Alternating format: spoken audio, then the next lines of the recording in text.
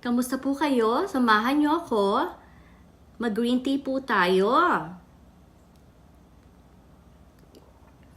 Mayroon po pala akong isang subscriber na nag-request kung pwede raw po yung paggamit ng mga utensils. Di ho ba't ako'y madalas akong table settings. Okay. Tapos mukhang nakakalito yung mga yung mga utensil kung saan nakalagay, kung ano ang gamit. Siyempre, everybody actually is curious po. At gusto ko lang i-share sa inyo ang way ng paggamit ng mga utensils na yon, kasi di ba mukhang napakarami, minsan nakakalito, saan ba gamit yung maliit na fork, saan ba gamit yung maliit na spoon.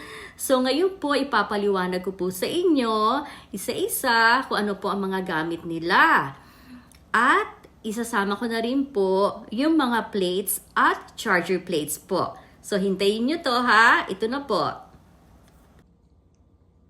Ito po ang tinatawag nating charger plates. Ang charger plates po, hindi pinaglalagyan ng pagkain yan. Ang purpose po nito is to hold the dinner plates po. Usually, it is wider in size.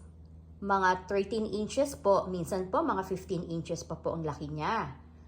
Ngayon po, ang susunod po dyan, syempre, ang ating dinner plates. Ang dinner plates po, used for the main course. Diyan po natin nilalagay ang ating main course. And on top of that, syempre kung merong salad, maglalagay tayo ng salad plates. Pero po, nakalimutan ko yatang sabihin sa inyo na ang dinner plates po, usually ang size po niya is from 9 to 11 inches. Ngayon, ito po namang ating salad plate, usually, ang size po niya is from 7 inches to 8.5 inches. Ngayon, kung meron naman po tayong isa-serve na soup, syempre maglalagay tayo ng soup bowl sa ibabaw niya. So, ayan, kumpleto na ang ating mga plates. Ngayon, punta naman tayo sa utensils. Okay, ang placement po ng utensils at ang paggamit na tinatawag is from outside in. Okay, so meaning, nakita nyo po yan, yaang pong maliit na spoon na yan ay ginagamit po yan para sa ating salad. Okay, ito namang pong spoon dito, ginagamit po natin yan para sa ating soup. At ang malaking fork po natin ay ginagamit po yan sa main course together with our knife. Okay, let's say nag-serve po ng steak, yan po ang gagamitin natin. Kaya kung mapapansin po ninyo, the way it actually set up, syempre, ang kanyang maliit na spoon nasa labas. Kasi kung wala po tayong soup, at ito lang pong dalawang plates na to, gagamitin po natin yung maliit na spoon para po sa ating salad na ilalagay naman po dito sa maliit na plate na to. Okay.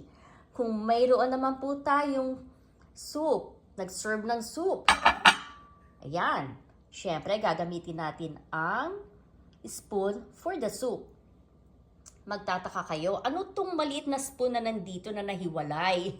Ayan pong spoon na yan ay para po yan sa dessert. Okay, that's a dessert spoon. Ngayon, pag-usapan naman natin ang mga water glass na to. Ang water glass po, ang placement po niyan, sa itaas po siya ng knife. Yan po ang water glass, yan po ang mauuna. And slightly above the water glass ay ang ating wine glass. So, ayan po ha, malinaw na po sa ating lahat kung ano po ang magagamit ng ating table settings. Kaya pag nakita po ninyo ito sa restaurant, ganyan ang kanyang ayos, alam na natin kung saan natin siya gagamitin. Remember po ha, ang paggamit po or ang placement of use is from outside in. Okay? So, meaning, unang gagamitin ang maliit na spoon for the salad.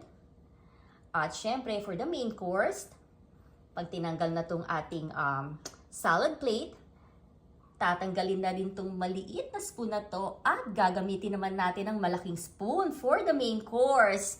So, yan lamang po. Sana po ay nakapag-share ako sa inyo ng konting knowledge ko about the table settings. Okay, and thank you po sa inyong panonood. At sana po ay meron po ako na ibahagi sa inyo kahit na papaano. So, don't forget po to click like, comment, share, and subscribe po sa aking YouTube channel. Thank you for watching. See you guys later. Keep safe. Bye.